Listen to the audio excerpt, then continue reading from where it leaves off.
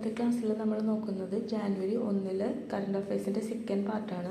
First പാർട്ടിൽ നമ്മൾ വയോജന കമ്മീഷനെ കുറിച്ചും പിന്നെ സ്വം എന്ന് പറഞ്ഞാൽ നിഘണ്ടുവിനെ കുറിച്ചൊക്കെ പഠിച്ചിരുന്നു. കാണാത്തവർക്ക് ഞാൻ അതിൻ്റെ ലിങ്ക് ഡിസ്ക്രിപ്ഷനിൽ കൊടുത്തേക്കാം. നമുക്കപ്പോൾ സെക്കൻഡ് പാർട്ടിൽ എന്തൊക്കെയാണ് പഠിക്കേണ്ടതെന്ന് നോക്കാം. ആദ്യത്തെ പോയിന്റ്, 100% അർബുദ സാക്ഷരത നേടിയ ഇന്ത്യയിലെ ആദ്യ നഗരസഭ കോട്ടയ്ക്കൽ. 100% അർബുദ സാക്ഷരത നേടിയ ഇന്ത്യയിലെ ആദ്യ നഗരസഭയാണ് കോട്ടയ്ക്കൽ. കേരളത്തിലെ ആദ്യ സമ്പൂർണ്ണ സാമ്പത്തിക സാക്ഷര മുനിസിപ്പാലിറ്റി ശ്രീകണ്ഠപുരം. കേരളത്തിലെ ആദ്യ സമ്പൂർണ്ണ സാമ്പത്തിക സാക്ഷര മുനിസിപ്പാലിറ്റി ശ്രീകണ്ഠപുരം. ഗ്രാമകോടതിയുള്ള ഇന്ത്യയിലെ ആദ്യ നിയോജക മണ്ഡലം വാമനപുരം. അപ്പോൾ കോടതിയുള്ള ഇന്ത്യയിലെ ആദ്യ നിയോജക മണ്ഡലം ഏതാണ്? വാമനപുരം. ഏത് പഞ്ചായത്തിനെയാണ് സംസ്ഥാനത്തെ ആദ്യത്തെ സമ്പൂർണ്ണ തെരുവ് വിളക്കുകളുള്ള പഞ്ചായത്തായി പ്രഖ്യാപിച്ചത്? പാറളം. ആദ്യത്തെ സമ്പൂർണ്ണ തെരുവ് വിളക്കുകളുള്ള പഞ്ചായത്താണ് പാറളം. സംസ്ഥാന സാക്ഷരതാ മിഷന്റെ സ്മാർട്ട് പദ്ധതി നടപ്പിലാക്കുന്ന കേരളത്തിലെ ആദ്യ ജില്ല വയനാട്. സ്മാർട്ട് പദ്ധതി നടപ്പിലാക്കുന്ന കേരളത്തിലെ ആദ്യ ജില്ലയാണ് വയനാട്. സ്മാർട്ട് പദ്ധതി നടപ്പിലാക്കുന്നത് ഏത് മിഷനാണ്? സംസ്ഥാന സാക്ഷരതാ മിഷന്റെ സ്മാർട്ട് പദ്ധതി നടപ്പിലാക്കുന്ന കേരളത്തിലെ ആദ്യ ജില്ല വയനാട്. രാജ്യത്തെ ആദ്യത്തെ കാർബൺ സന്തുലിത പദവി ലഭിച്ച കേരളത്തിലെ കൃഷി ഫാം ഒക്കൽ വിത്തുൽപാദന കേന്ദ്രം സ്ഥിതി ചെയ്യുന്നത് എറണാകുളത്താണ്.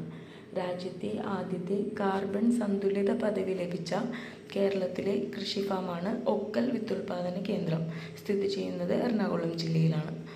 ലോകാരോഗ്യ സംഘടനയുടെ വയോജന സൗഹൃദ നഗരങ്ങളുടെ ഗ്ലോബൽ നെറ്റ്വർക്ക് പട്ടികയിൽ ഇടം നേടിയ കേരളത്തിലെ നഗരം കോഴിക്കോട്. ലോകാരോഗ്യ സംഘടനയുടെ വയോജന സൗഹൃദ നഗരങ്ങളുടെ ഗ്ലോബൽ നെറ്റ്വർക്ക് പട്ടികയിൽ ഇടം നേടിയ കേരളത്തിലെ നഗരമാണ് കോഴിക്കോട്. വീടുകളിൽ ഒറ്റയ്ക്കായി പോയ മുതിർന്നവർക്ക് സാന്ത്വനമേകാൻ സാമൂഹിക നീതി വകുപ്പ് നടപ്പിലാക്കുന്ന പദ്ധതിയാണ് സല്ലാപം പദ്ധതി. അപ്പോൾ സല്ലാപം പദ്ധതി ആർക്ക് വേണ്ടിയിട്ടുള്ളവർക്ക്? എന്താണ്? മുതിർന്നവർക്ക് വേണ്ടിയിട്ടുള്ളതാണ്. വീടുകളിൽ ഒറ്റയ്ക്കായി പോയ മുതിർന്നവർക്ക് സാന്ത്വനമേകാൻ സാമൂഹിക നീതി വകുപ്പ് നടപ്പാക്കുന്ന പദ്ധതിയാണ് സല്ലാപം പദ്ധതി. രാജ്യത്ത് ആദ്യമായി സമ്പൂർണ്ണമായി IoT ഇൻ്റർനെറ്റ് ഓഫ് തിങ്സ് സാങ്കേതിക വിദ്യ ഉപയോഗിച്ച് ഗ്രാമീണ വികസന പദ്ധതികൾ നടപ്പിലാക്കിയ ബ്ലോക്ക് പഞ്ചായത്താണ് നേമം ബ്ലോക്ക് പഞ്ചായത്ത്. ഗ്രാമപഞ്ചായത്ത് കാട്ടാക്കട. അപ്പോൾ ഇൻ്റർനെറ്റ് ഓഫ് തിങ്സ് സാങ്കേതികവിദ്യ ഉപയോഗിച്ച് ഗ്രാമീണ വികസന പദ്ധതികൾ നടപ്പിലാക്കിയ ആദ്യത്തെ ബ്ലോക്ക് പഞ്ചായത്ത് നേമം ബ്ലോക്ക് പഞ്ചായത്തും ആദ്യത്തെ ഗ്രാമപഞ്ചായത്ത് കാട്ടാക്കടയുമാണ്.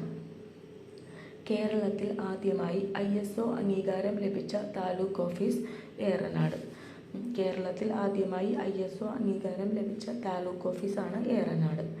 കേരളത്തിൽ ആദ്യമായി സ്ത്രീകൾക്കും കുട്ടികൾക്കും KSRTC ബസ്സിൽ സൗജന്യ യാത്രാ സർവീസ് ആരംഭിച്ച പഞ്ചായത്ത് തൃപ്രങ്ങോട്. കേരളത്തിൽ ആദ്യമായി സ്ത്രീകൾക്കും കുട്ടികൾക്കും KSRTC ബസ്സിൽ സൗജന്യ യാത്രാ സർവീസ് ആരംഭിച്ച പഞ്ചായത്താണ് തൃപ്രങ്ങോട്. ഇന്ധന ചെലവില്ലാതെ കായൽ സവാരി നടത്താൻ കഴിയുന്ന ടൂറിസം മേഖലയിലെ ആദ്യ സോളാർ വള്ളം കതിരവൻ. അപ്പോൾ ടൂറിസം മേഖലയിലെ ആദ്യത്തെ സോളാർ വള്ളമാണ് കതിരവൻ.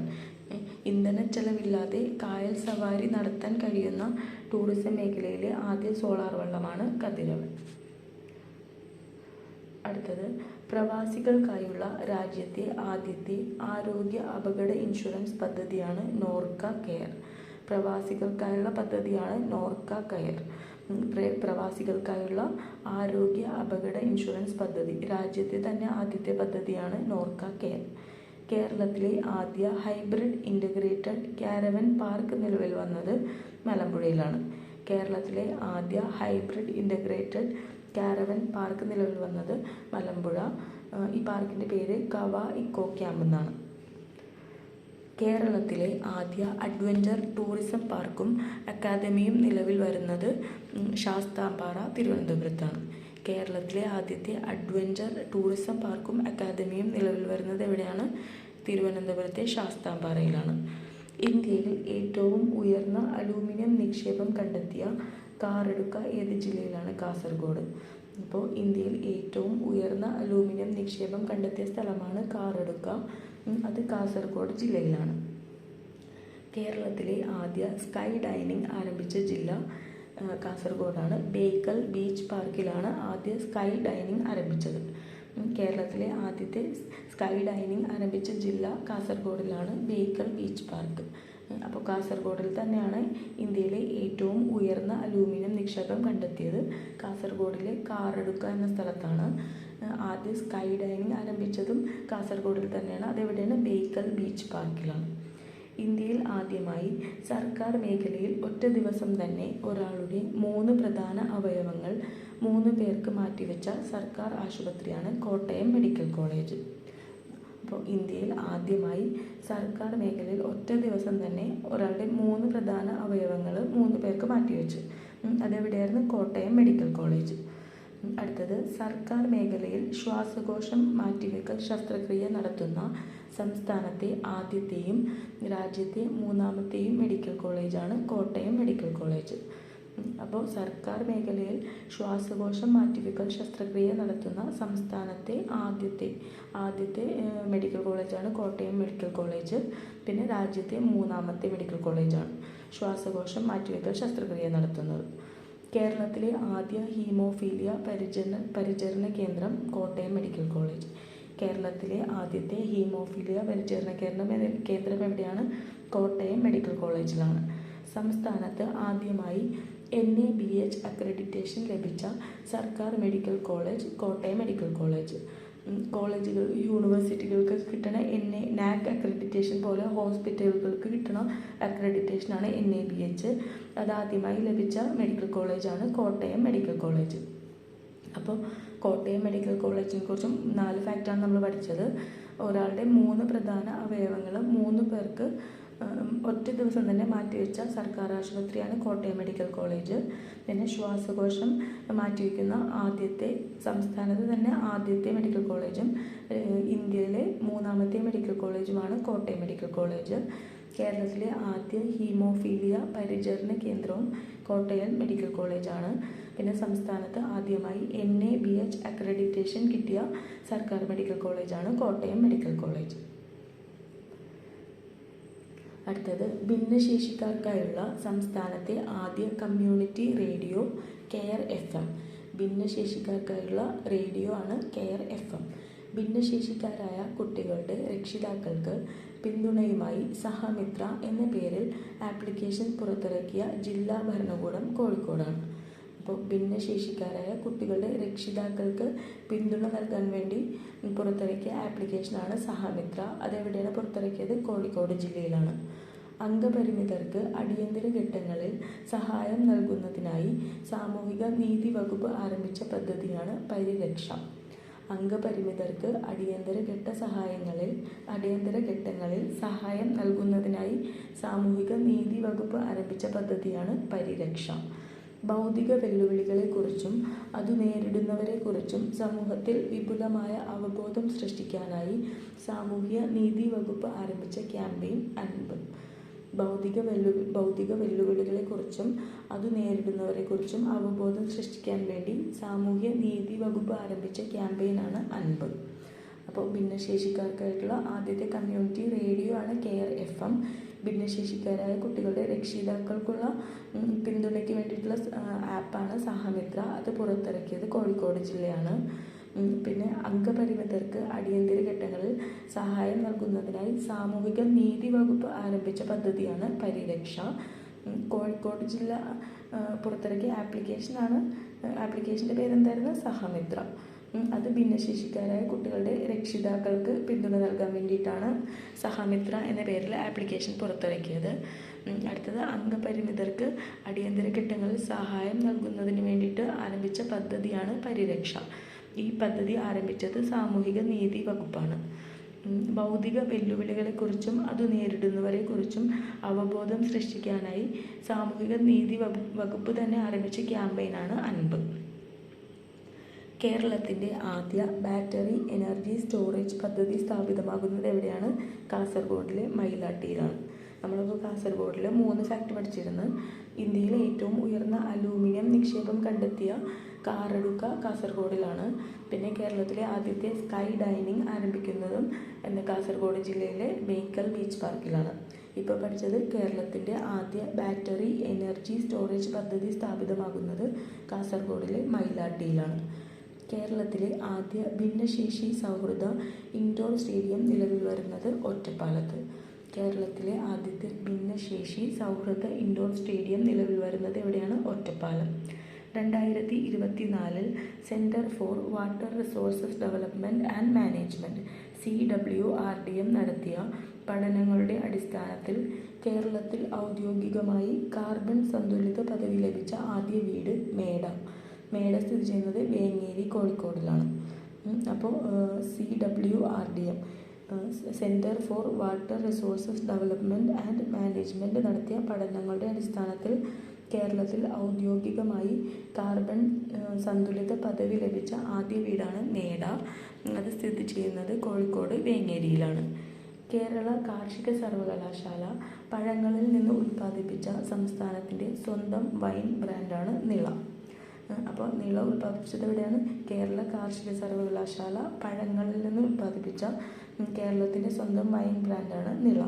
ഇന്ത്യയിൽ ആദ്യമായി വിത്തില്ലാത്ത തണ്ണിമത്തൻ്റെ പേര് ഷോണിമ എന്നാണ്. അത് വികസിപ്പിച്ച സ്ഥാപനം വെള്ളാനിക്കര കാർഷിക സർവകലാശാല.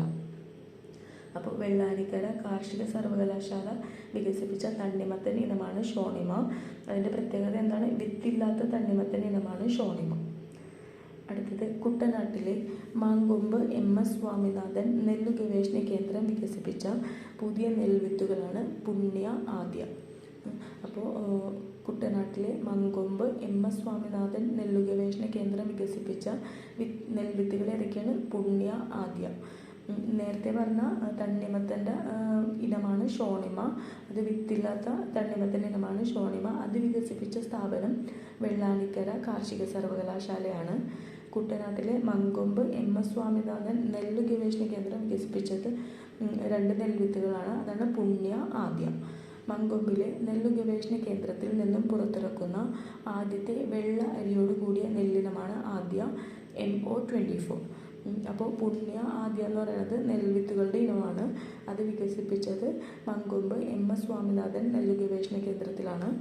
അവിടെ നിന്നും പുറത്തിറക്കുന്ന ആദ്യത്തെ വെള്ള അരിയോട് കൂടിയ നെല്ലിനമാണ് ആദ്യ MO24. അടുത്തത് വിഴിഞ്ഞം അന്താരാഷ്ട്ര തുറമുഖം പ്രധാനമന്ത്രി നരേന്ദ്രമോദി രാജ്യത്തിന് സമർപ്പിച്ചത് 2025 മെയ് 2-നാണ്. പൂർണ്ണമായും ട്രാൻസ്ഷിപ്മെൻറ്റ് തുറമുഖമായി രൂപകൽപ്പന ചെയ്ത ഇന്ത്യയിലെ ആദ്യത്തെ തുറമുഖമാണ് വിഴിഞ്ഞം അന്താരാഷ്ട്ര തുറമുഖം. ദക്ഷിണേന്ത്യയിലെ ആദ്യ സെമി ഓട്ടോമേറ്റഡ് തുറമുഖമാണ് വിഴിഞ്ഞം അന്താരാഷ്ട്ര തുറമുഖം. 2025 നവംബറിൽ പൂർണ്ണ തോതിലുള്ള ഇമിഗ്രേഷൻ ചെക്ക് പോസ്റ്റ് പദവി അനുവദിച്ച കേരളത്തിലെ തുറമുഖമാണ് വിഴിഞ്ഞം അന്താരാഷ്ട്ര തുറമുഖം. അപ്പോൾ വിഴിഞ്ഞം അന്താരാഷ്ട്ര തുറമുഖം പ്രധാനമന്ത്രി നരേന്ദ്രമോദി രാജ്യത്തിന് സമർപ്പിച്ചത് എന്നാണ്? 2025 മെയ് 2-ന്. പൂർണ്ണമായും ട്രാൻസ്ഷിപ്മെൻറ്റ് തുറമുഖമായിട്ടാണ് ഈ വിഴിഞ്ഞം അന്താരാഷ്ട്ര തുറമുഖം രൂപകൽപ്പന ചെയ്തിട്ടുള്ളത്. ഇന്ത്യയിലെ തന്നെ ആദ്യത്തെ ട്രാൻസ്ഷിപ്മെൻറ്റ് തുറമുഖമാണ് വിഴിഞ്ഞം. ദക്ഷിണേന്ത്യയിലെ ആദ്യ സെമി ഓട്ടോമേറ്റഡ് തുറമുഖമാണ് വിഴിഞ്ഞം അന്താരാഷ്ട്ര തുറമുഖം. അപ്പോൾ ഇന്ത്യയിലെ തന്നെ ആദ്യത്തെ ട്രാൻസ്ഷിപ്മെൻറ്റ് തുറമുഖമാണ് വിഴിഞ്ഞം. പിന്നെ ദക്ഷിണേന്ത്യയിലെ ആദ്യ സെമി ഓട്ടോമേറ്റഡ് തുറമുഖമാണ് വിഴിഞ്ഞം അന്താരാഷ്ട്ര തുറമുഖം.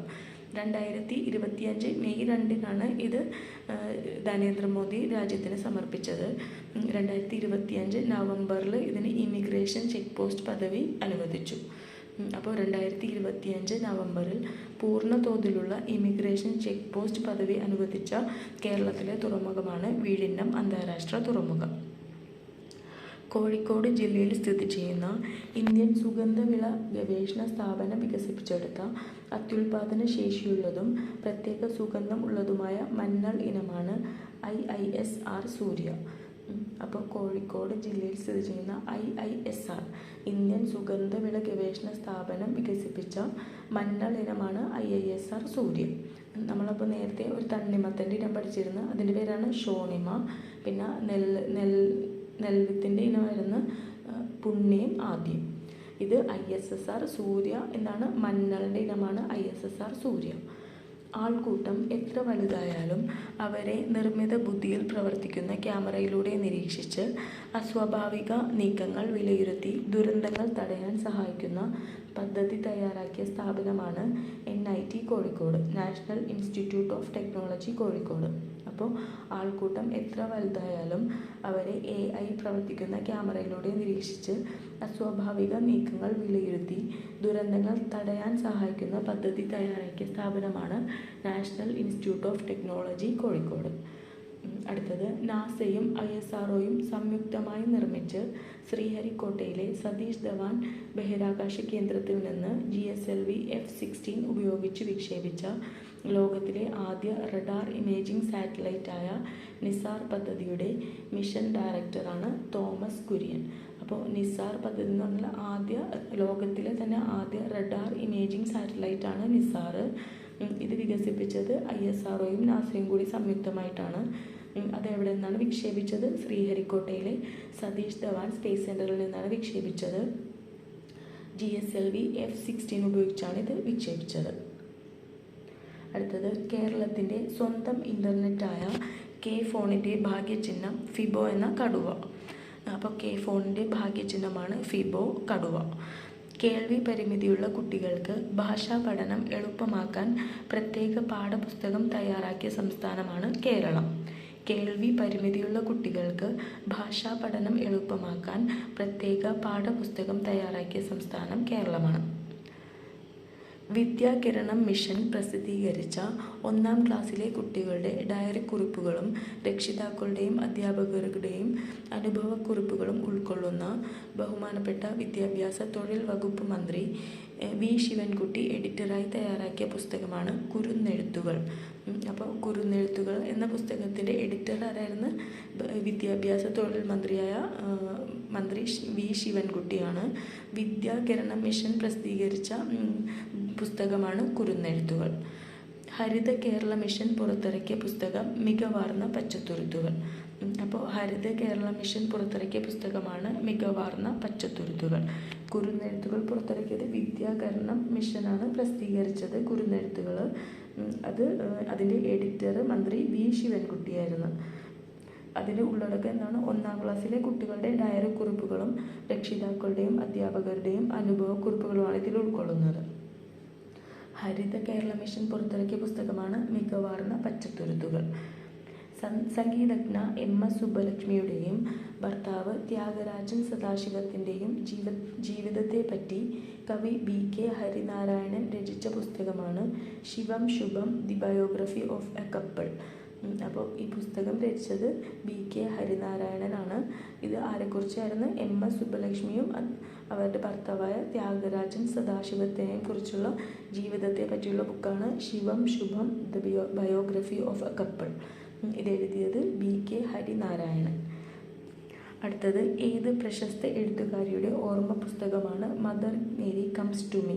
അരുന്ധതി റോയ്. അപ്പോൾ അരുന്ധതി റോയുടെ ബുക്കാണ് Mother Mary comes to me. Anthakavallikal എന്ന പുസ്തകം എഴുതിയത് Sethu. Mother Mary comes to me എഴുതിയത് അരുന്ധതി റോയ്. അന്തകവള്ളികൾ എന്ന പുസ്തകം എഴുതിയത് സേതു.